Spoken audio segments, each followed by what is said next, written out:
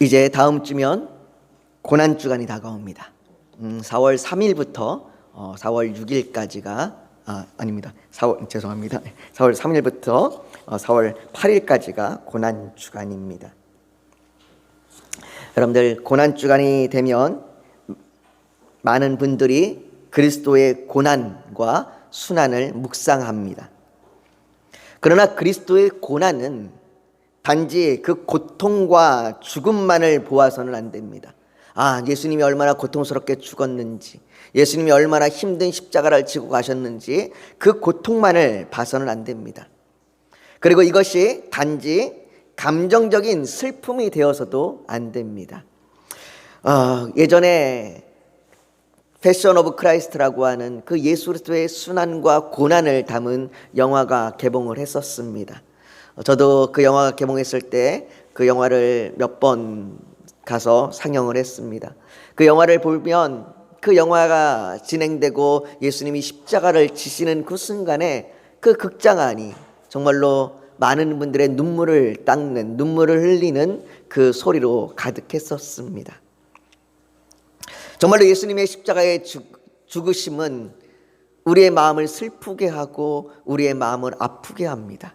그러나 그 예수님의 죽음이 단지 이러한 감정적인 슬픔만 되어서는 안 됩니다.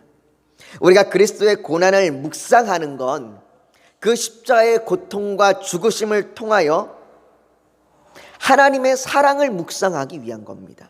그러니까 십자가의 그 고난주간의 그 십자가의 묵상은 단지 고통스러움을 묵상하는 것이 아니라 하나님의 사랑을 묵상하는 것이어야 합니다.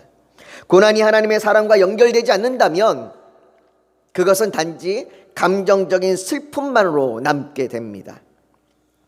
그래서 이번 돌아오는 고난주간 저녁 기도의 이번의 주제는 바로 하나님의 사랑입니다. 우리가 그 고난주간에 정말로 십자가를 묵상하면서 하나님의 사랑을 발견하기를 원합니다.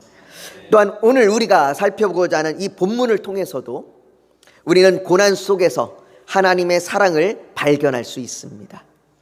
오늘 저와 여러분들이 그 하나님의 사랑을 발견하고 알아가는 시간이 되기를 축복합니다.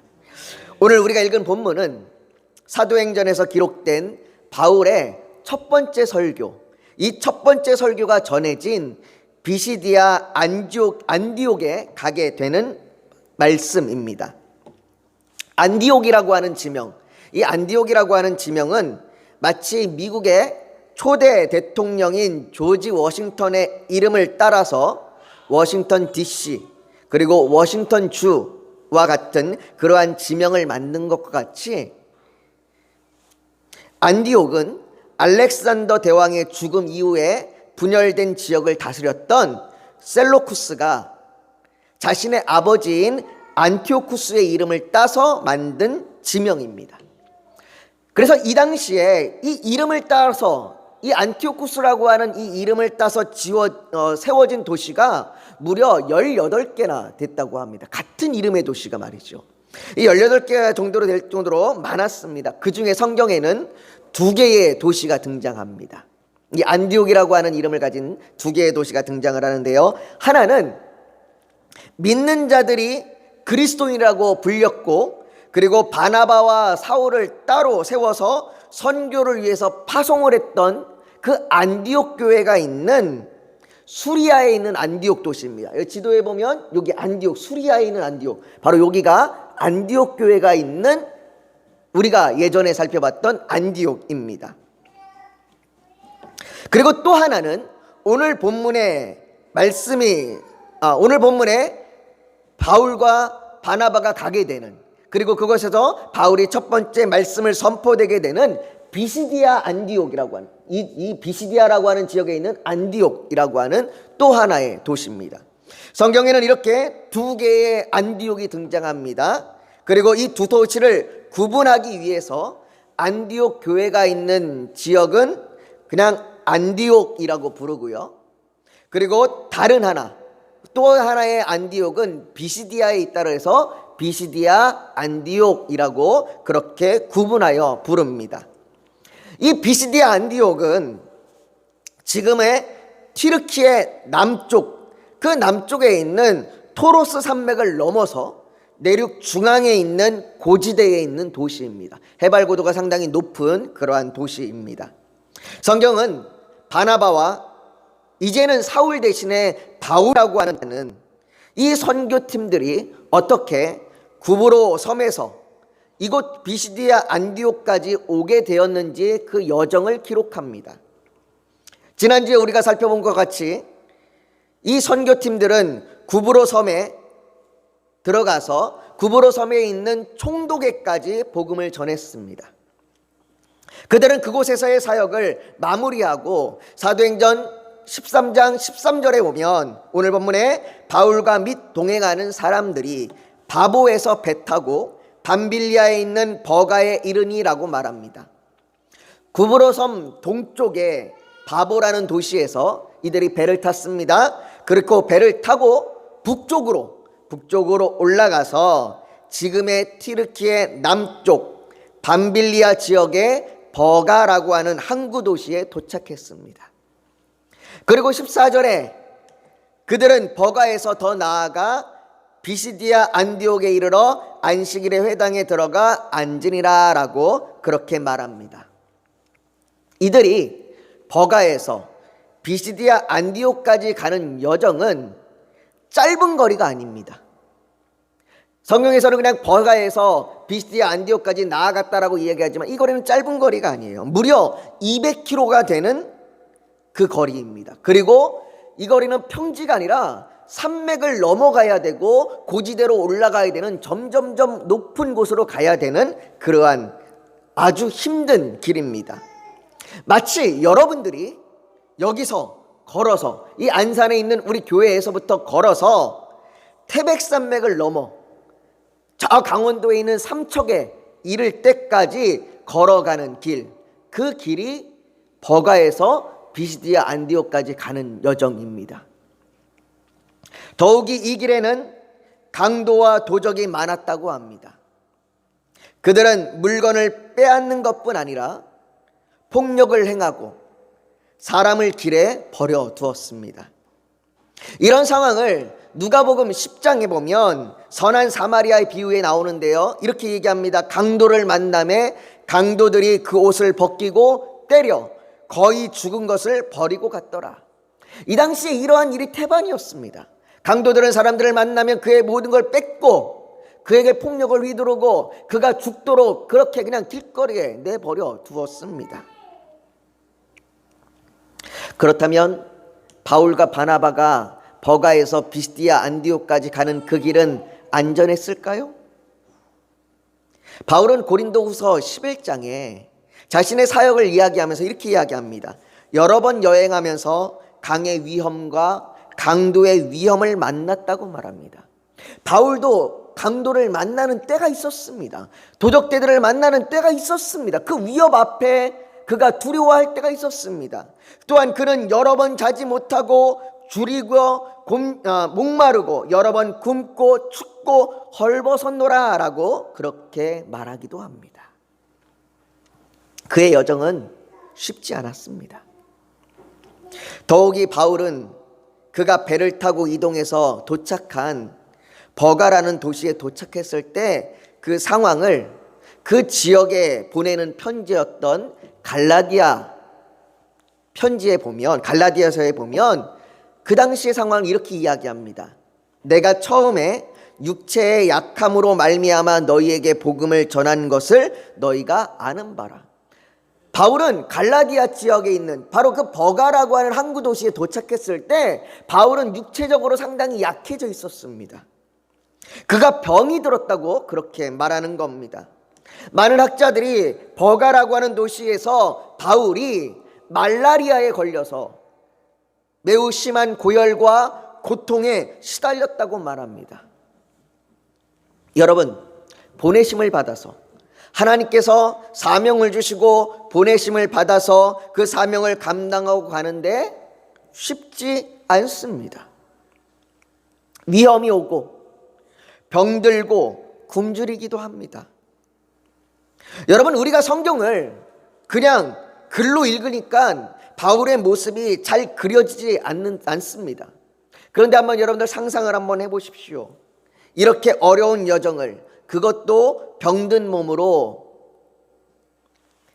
200km나 되는 거리를 걸어서, 때로는 강도의 위험에 가진 걸 뺏기기도 하고 굶주리고 제대로 씻지도 못했을 겁니다. 그렇게 걸어서 비시디아 안디옥에 도착했을 때 그 바울의 몰골이 어떠했을 것 같습니까? 말끔하게 정말로 외출복을 입고 깔끔한 모습으로, 씩씩한 모습으로 그렇게 비시디아 안디옥에 도착했을까요? 아니요. 비시디아 안디옥에 도착했을 때 바울의 몰골은 정말 볼품 없었을 겁니다. 더군다나 여러분, 13절과 14절 사이에 버가에서 있었던 한 가지 사건을 우리에게 말해줍니다. 아마도 이것이 버가에서 그가 병들었다는 것보다 더 큰 일이었던 것 같습니다. 버가에서 병든 일은 기록해 놓지 않는데 이 사건만은 기록해 놓고 있습니다. 그것이 13절 뒷부분에 나와 있는 사건인데요, 13절 뒷부분에 보면 이렇게 이야기합니다. 버가에 이르니 요한은 그들에게서 떠나 예루살렘으로 돌아가고 라고 말합니다. 요한은 바나바와 바울이 안디옥 교회에서 보내심을 받고 구브로 섬에 갈 때에 그들을 함께 수행했던 수행원으로 함께 간 사람이었습니다. 그는 바나바의 조카였고 그 바나바와 함께 가는 것이 그에게는 어쩌면 기쁨이었을지 모르겠습니다. 더군다나 그는 구브로 섬에 갔을 때에 그 구브로 섬에서 있었던 모든 사건을 목격했습니다. 구브로의 마술사가 눈이 멀게 되는 것을, 그리고 총독이 복음을 받아들인 것을 마가 요한 역시 목격하고 보았습니다. 그런데 그가 버가에 이르렀을 때에 바울과 바나바를 떠납니다. 바울과 바나바를 떠나서 예루살렘으로 돌아갑니다. 왜일까요? 왜 마가 요한은 바울과 바나바를 떠나서 예루살렘으로 돌아갈까요? 정확한 이유는 모르겠습니다. 그러나 몇 가지 짐작해 볼 수 있는 것이 있습니다. 몇 가지 짐작해 볼 수 있는 것은 앞에서 본 것처럼 비시디아 안디옥으로 가는 길은 쉬운 길이 아니었기 때문일 것입니다. 그가 병든 바울을 이끌고 강도의 위험 속에서 산맥을 넘어가는 것이 너무나 두렵고 막막했을 겁니다. 또 어떤 학자들은 이 바나바의 사촌이었던 마가 요한이 갑자기 바뀌게 되는 이 리더십에 대하여 불만을 가졌다라고 그렇게 말하는 이들도 있습니다. 여러분들, 이들이 안디옥 교회에서 출발했을 때, 그 안디옥 교회에서 출발했을 때만 해도 성경은 이들을 바나바와 사울이라고 그렇게 불렀습니다. 그러나 이들이 구브로 사역을 마치고 13절부터는 바나바와 사울이 아니라 바울과 및 동행하는 사람들이라고 지칭합니다. 그리고 앞으로 진행되는 모든 그 선교 사역 가운데 바나바보다 바울이 앞서 등장을 하고 바울이 중심이 되어 이루어지는 것을 보게 됩니다. 이렇듯 이제 이 리더십이 바나바로부터 바울로 변경이 되는 그러한 일이 이루어졌습니다. 물론 이런 리더십의 변화가 바울의 독단적인 결정이나 파워 싸움으로 이루어진 것은 아닙니다. 이러한 변화에 바나바 역시 동의하였고, 오히려 바나바는 겸손과 온유함으로 바울과 함께 끝까지 선교 사역을 감당했습니다. 그러나 이런 변화에, 이러한 갑작스러운 리더십의 변화에 바나바의 사촌이었던 마가 요한은 쉽게 받아들이기 어려웠을 것입니다. 물론 이것이 마가 요한의 악한 성품 때문이라고 그렇게 치부할 수는 없습니다. 마가 요한과 같은 모습은 어느 공동체든 나타납니다. 공동체 안에 아무런 불만이 없고 아무런 문제도 없다면 이것은 공동체의 구성원이 아무런 관심이 없거나 혹은 누군가의 독단적인 결정에 침묵하는 것일 수 있습니다. 여러분, 교회 공동체는 아무런 문제가 없는 곳이 아닙니다. 여러분들 간혹 많은 분들이 착각합니다. 교회는 사랑이 넘치는 곳, 은혜가 풍성한 곳, 그러니까 아무런 문제도 없고 서로 용납하고 이해하는 곳이라고 그렇게 착각합니다. 아닙니다. 교회는 아무런 문제가 없는 곳이 아닙니다. 다양한 여러 명의 사람들이 모이는데 왜 문제가 없겠습니까? 제가 예전에 대학을 다니면서 교회 행정을 배웠을 때에 그 교회 행정을 가르치던 교수님이 그때 그런 이야기를 하시더라고요. 이 각각의 공동체를 분류할 때 그 각각의 공동체의 다양성, 얼마만큼의 다양한 사람들이 모이는지 다양성을 분류할 때 그 다양성의 분류 가운데 가장 높은 범위에 해당하는 곳이 바로 교회라고 말합니다. 교회는 정말 다양한 직업, 다양한 재산의 정도, 다양한 학력, 다양한 지역, 다양한 성격, 다양한 인종까지 많은 사람들이 모여있는 다양한 그룹의 공동체입니다. 그런데 어떻게 이러한 다양한 사람들이 모이는데 왜 문제가 없겠습니까? 왜 어려움이 없겠습니까? 교회 공동체는 문제가 없는 것이 아니라 문제를 성숙한 인격과 방법, 다시 말해서 사랑, 오래 참음, 겸손, 기도, 믿음, 그리고 성숙한 설득과 이해로 문제를 풀어가야 합니다. 이것이 교회가 나아가는 모습인 거예요. 이것이 교회의 성숙함이고 교회 안의 은혜인 겁니다.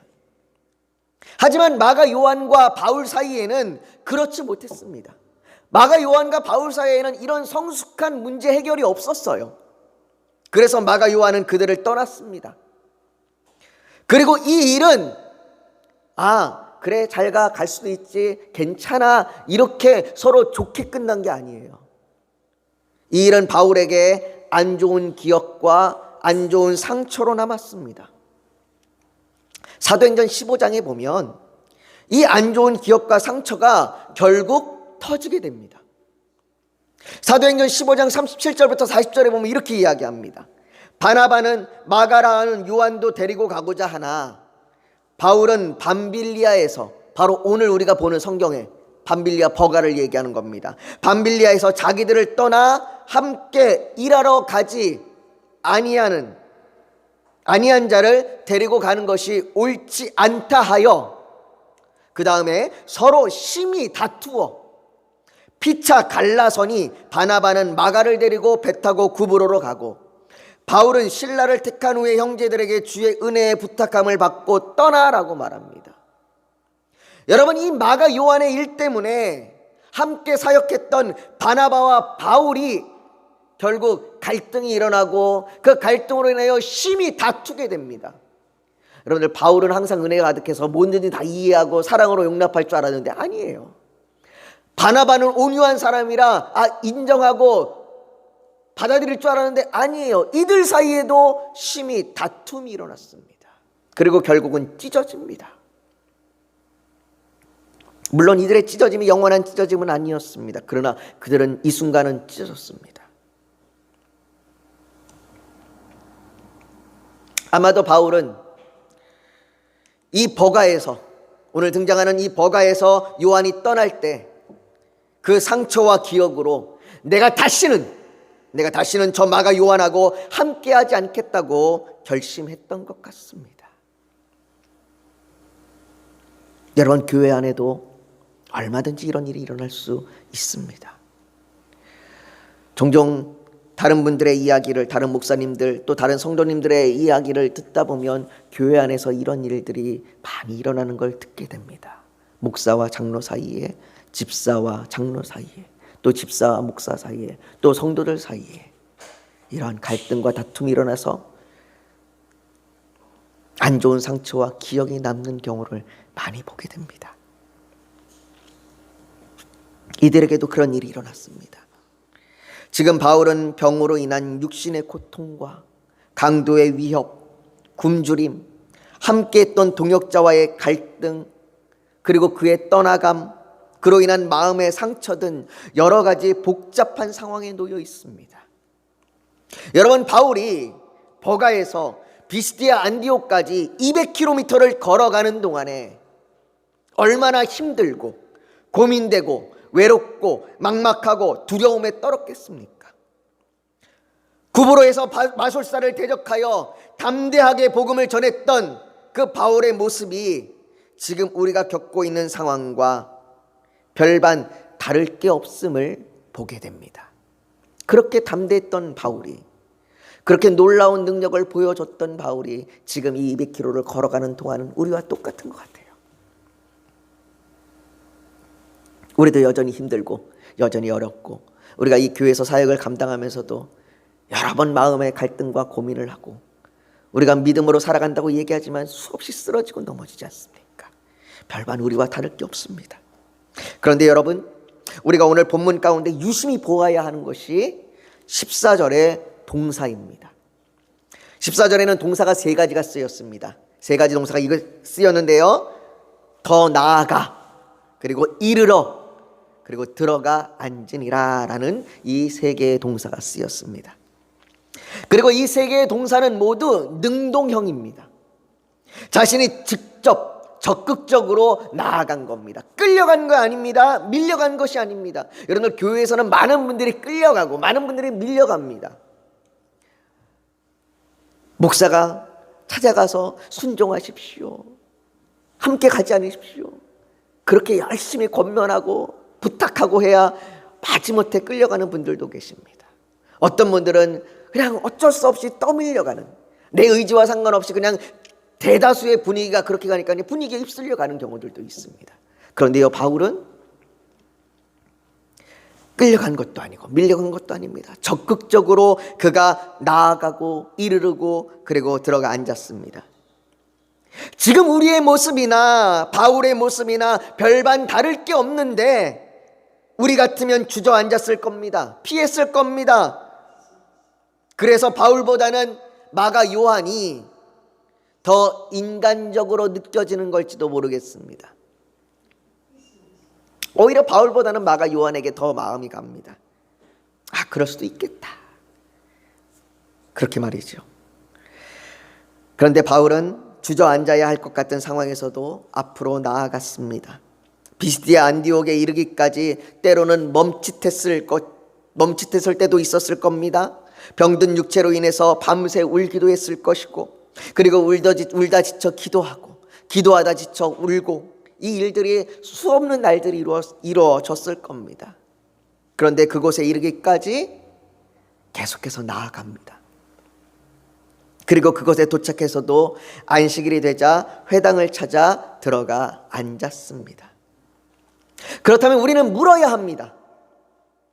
도대체 왜 바울은 이렇게까지 하느냐고 말이죠.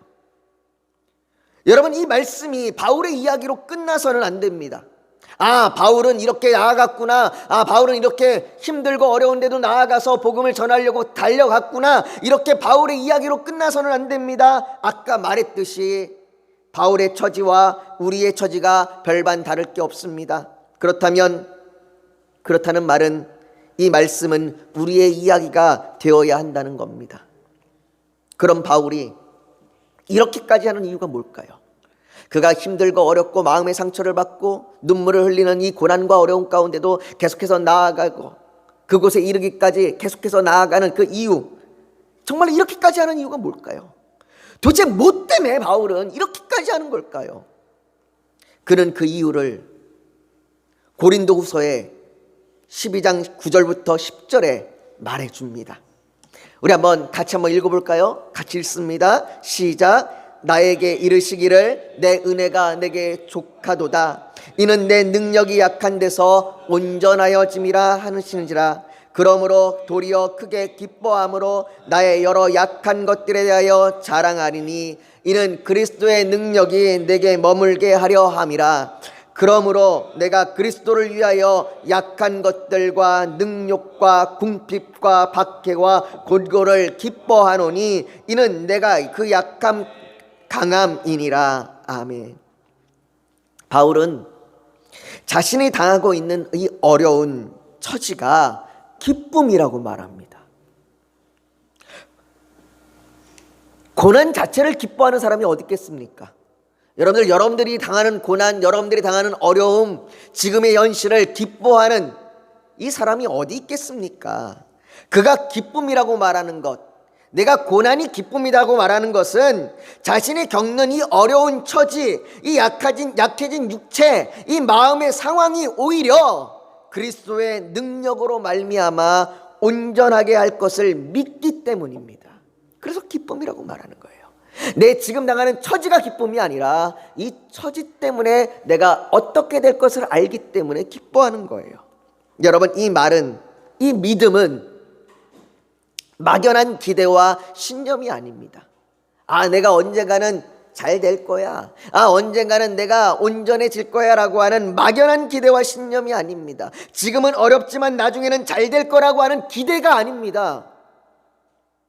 이 믿음은 오늘도 하나님께서 나와 함께 하신다는 확신입니다. 그렇기에 기뻐하고 평안할 수 있는 겁니다. 성경에는 예수님의 제자들이 두 번의 풍랑을 만납니다. 마태복음 8장과 14장에서 우리가 그 두 번의 풍랑을 볼 수 있는데요. 이 두 번의 풍랑을 자세히 살펴보면, 이 풍랑의 사건을 자세히 살펴보면요, 첫 번째 풍랑 때에는 예수님께서 배에서 주무시고 계셨습니다.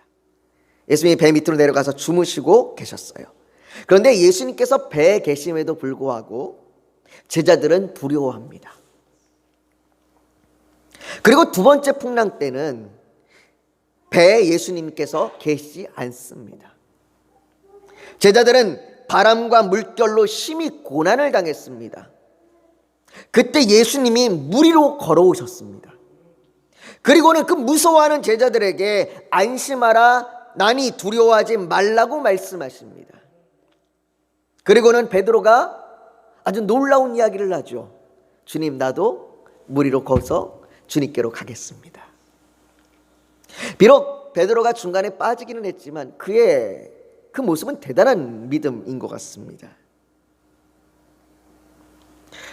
예수님께서는 그 두 번째 풍랑의 때에도 믿음에 대해서 말씀하시고 배에 오르셨습니다. 그리고 배에 오르자 바람이 잠잠해집니다. 여러분, 이 두 번의 풍랑을 우리의 믿음과 비교해 보십시오. 우리는 예수님께서 우리와 함께 계시다고 말하면서도 어려움이 닥치고 죽을 것 같은 고통이 오면 왜 지금 당장 예수님께서 도와주지 않느냐고 그렇게 소리칩니다. 마치 첫 번째 풍랑 때의 제자들의 모습과 같죠. 왜 예수님 주무시고 계십니까? 왜 예수님 잠잠합니까? 왜 예수님 우리를 돕지 않으십니까? 그들은 예수님이 함께 있음에도 불구하고 여전히 흔들리고 여전히 두려워하는 모습입니다. 그런데 두 번째 풍랑을 만났을 때 제자들은 풍랑 속에서도 예수님으로 인해 두려워하지 않을 수 있는 용기와 믿음을 배우게 됩니다. 그리고 예수님께서 함께 계시면 바람이 잠잠해지는구나, 그걸 보게 되는 겁니다. 사랑하는 성도 여러분, 믿음은 안전에 대한 보장이 아닙니다. 예수 그리스도를 믿음으로 우리 삶에 아무런 어려움이 생기지 않는 것이 아닙니다. 이것을 믿음으로 알았던 수많은 사람들이 내가 믿으면 안전해지는구나, 믿으면 내가 어떤 어려움도 생기지 않는구나, 믿으면 내가 괜찮아지는구나, 안전보장이라고 여겼던 그 수많은 사람들이 환난과 박해, 염려와 유혹으로 말미암아 예수를 믿었는데 어떻게 이렇게 될 수 있느냐고 그렇게 불평하며 불망하며 떠나가는 일들이 얼마나 많이 일어납니까? 유진 피터슨이라고 하는 분이 쓴 잘 산다는 것이라고 하는 책에서 이렇게 믿음에 대해서 말합니다. 한번 들어보십시오. 예수님은 안전한 분이 아닙니다. 예수님을 따를 때 우리는 목숨을 겁니다. 우리는 하나님이 우리 편이 되셔서 우리가 안전하기를 원하지만 예수님은 위험이 가득한 삶으로 우리를 부르십니다. 예배에 참여하여 우리 삶이 성경에 노출될 때 우리는 안전보장보다 훨씬 좋은 것을 발견합니다. 살아계신 주님과 도저히 예측할 수 없는 적극적인 믿음입니다. 다시 말해 믿음은 안전함이 아닌 하나님과 함께 사는 법을 배우는 겁니다. 한 가정에서 새로 태어난 아이는 부모님과 함께 사는 법을 배워야 합니다. 부모님과 함께 사는 법은 부모님이 나를 사랑하신다는 사실을 아는 겁니다. 부모님이 언제나 나를 보호하신다는 것을 아는 겁니다. 심지어 아이가 잘못을 했어도 부모가 그 아이를 버리지 않고 사랑한다는 것을 배우는 겁니다. 그러나 이것이 아이에게 아무런 어려움이 생기지 않는다는 것을 의미하는 것이 아닙니다. 아이는 어려움도 생기고 상처도 당하고 실패하기도 합니다. 그러나 그때에도 확실히 아는 건 부모가 여전히 나를 사랑하시고 함께 하시며 지켜주신다는 겁니다. 제가 방송을 보면서 어떤 한 분이 강연에서 그런 얘기를 하더라고요. 이혼한 딸, 그 이혼한 딸이 부모에게 찾아갔을 때 그 부모가 어떻게 이혼한 딸을 대하는지 그 이야기를 하는데요. 이혼한 딸이 부모에게 찾아가 정말로 너무나 속상하고 너무나 미안한 마음으로 부모에게 그 엄마에게 이야기합니다. 엄마 미안해. 엄마 내가 이혼해서 미안해. 엄마 내가 이렇게 못난 딸이라 미안해. 그런데 그때 그 엄마가 그 딸에게 이렇게 얘기합니다. 딸아, 네가 이혼을 했어도 너는 여전히 내 딸이야. 네가 이혼을 했느냐 안 했느냐가 내게 중요한 게 아니라 네가 이혼을 했어도 또 이혼을 하지 않았어도 너는 여전히 내 사랑하는 딸이야.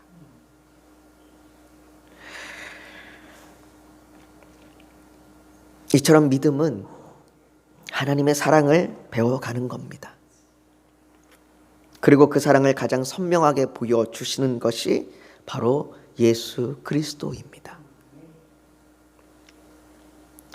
사랑하는 성도 여러분, 바울이 고난 중에도 기뻐하며 계속해서 나아가는 것은 그리스도의 능력과 은혜로 하나님의 사랑을 더욱 확신하여 믿음으로 온전하여지기 때문입니다. 지금 당장 우리가 겪고 있는 이 아픔과 슬픔이 왜 우리에게 주어졌는지 우리는 알지 못합니다. 왜 우리가 상처를 받아야 하는지 그 이유도 모르겠습니다. 때로는 왜 말할 수 없는 열등감과 우울감이 몰려오는지, 왜 아무리 애를 써도 조금도 나아지지 않는지 잘 모르겠습니다. 그러나 우리가 믿는 건 바울이 십자가의 도가 멸망하는 자들에게는 미련한 것이요 구원을 받는 우리에게는 하나님의 능력이라 라고 말한 것처럼 십자가에서 나타난 하나님의 사랑이 오늘도 우리에게 주어졌다는 사실입니다. 또한 그 십자가를 통한 하나님의 사랑과 능력은 단지 고난을 기쁨으로 견디는 것뿐만 아니라 그것은 회복이기도 합니다. 바울은 그가 노년의 감옥에서 쓴 편지에 이렇게 기록합니다. 나와 함께 갇힌 아리스타고와 바나바의 생질 마가와 유스도라 하는 예수도 너희에게 문안하느니라. 그리고 디모데에게 보내는 편지에도 누가만 나와 함께 있느니라 내가 올 때에 마가를 데리고 오라 그가 나의 일에 유익하니라 라고 말합니다. 여기 계속해서 등장하고 있는 마가가 누군지 아십니까? 바로 그에게 상처를 주고 그에게 아픔을 주고 그에게 떠난 바로 오늘 본문에 등장한 마가 요한입니다. 그러나 마가 요한을 향하여 바울은 노년에 그를 나의 유익이 되는 사람, 또 다른 성경에는 나의 동역자라고 말합니다. 그 둘 사이의 관계가 상처가 아닌 회복의 관계가 이루어진 것을 말해주고 있는 것이죠. 사랑하는 성도 여러분, 우리가 분명히 알아야 될 것, 우리가 확실히 알아야 될 것은 하나님께서 우리를 사랑하십니다. 그것은 우리가 고난과 아픔, 상처, 우울, 절망, 좌절, 심지어 죄로 인한 낙심 가운데 있을 때에도 하나님께서는 우리를 사랑하십니다. 그렇기에 믿음은 안전함이 아닌 우리의 고난 속에서 그 하나님의 사랑을 보는 것입니다. 사랑하는 성도 여러분, 여러분들이 그 믿음을 갖기를 원합니다. 그 믿음을 붙들기를 원합니다. 단지 내가 잘 되는 것, 단지 내가 안전해지는 것이 아니라 사랑하시는 믿음을 갖기를 주의 이름으로 축복합니다. 여러분, 우리가 오늘 이 말씀을 의지하여 기도하길 원합니다. 여러분, 지금 우리의 상황이, 우리의 현실이 막막하고 어렵고 고난 가운데 있고 또 상처와 아픔 가운데 있을지 모르겠습니다. 그러나 그 상황에서도 여러분, 하나님이 우리를 사랑하십니다. 그 십자가의 사랑을 여러분들이 붙들기를 소망합니다. 그 믿음이 우리에게 주어지기를 소망합니다. 하나님, 내가 내 어떠한 상황에서도 그 사랑을 붙들고 나아가겠습니다. 그 믿음을 붙들고 나아가겠습니다. 우리가 오늘 이 시간 그렇게 주님 앞에 기도하며 나아가기를 소망합니다. 우리 다 같이 기도하겠습니다. 여러분, 잠시 고개 숙여 더 묵상하기를 원합니다. 오늘 하나님 앞에, 하나님, 내 상황과 내 어려움이 왜 닥치는지, 내가 왜 이렇게 막막하고 슬프고 상처가 가득한지 잘 모르겠습니다. 그러나 우리가 확신할 수 있는 건 하나님이 나를 사랑하십니다. 내가 어쩌면 죄 가운데 있을지라도 여전히 하나님은 나를 사랑하십니다. 하나님, 이 시간 그 하나님의 사랑을 붙들며 나아가는 믿음, 그 고난 중에도 하나님의 사랑을 붙들며 나아가는 그 믿음을 주시기를 소망합니다. 그리고 그 믿음으로 나아가겠습니다, 이렇게 결단하는 그 결단이 있다면 가슴에 손을 얹어 하나님의 표현하길 원합니다. 또 이 시간 주님 앞에 나오면서 주님 앞에 올려드리는 기도의 제목, 소원이 있다면 가슴에 손을 포개 얹기를 원합니다. 육신이 연약하면 연약한 곳에 믿음으로 손을 얹기를 원합니다. 오늘 하나님께서 성령으로 우리 사이를 운행하시며 우리를 치료하여 주시고 우리를 만지실 줄 믿습니다. 거룩하신 아버지 하나님, 이 시간 우리 가운데 함께하여 주시옵소서. 아버지 하나님, 우리의 삶이 힘들고 어렵고 막막한 가운데 우리가 정말로 오늘도 나아갈 수 있는 건 하나님이 우리를 사랑하신다는 그 확실한 믿음 때문입니다. 아버지 하나님, 우리에게 믿음을 주시옵소서. 아버지 하나님, 믿음은 우리의 안전함이 아닙니다. 아버지 하나님, 믿음은 우리의 만사형통이 아닙니다. 아버지 하나님, 우리의 믿음은 우리가 나중엔 잘 될 거라고 하는 막연한 기대가 아닙니다. 아버지 하나님, 우리의 믿음은 하나님의 사랑을 오늘도 확신하는 겁니다. 아버지 하나님, 그 믿음으로 가지고 나아가기를 결단하오니 우리의 그 결단 가운데 함께하여 주시고 우리를 인도하여 주시옵소서. 또한 아버지 하나님, 우리의 아픔, 우리의 슬픔, 우리의 여러 가지 기도의 제목으로 손을 얹었습니다. 아버지, 우리의 기도에 응답하여 주시옵소서. 우리를 붙드시고 인도하여 주시옵소서. 또한 육신에 연약하여 손을 얹었습니다. 치료하여 주시옵소서. 아버지 하나님, 낫게 하여 주시옵소서. 그 주님의 기적이 이루어짐을 보게 하여 주시옵소서. 주께서 우리와 함께 하실 줄 믿습니다. 예수님의 이름으로 기도하옵나이다. 아멘.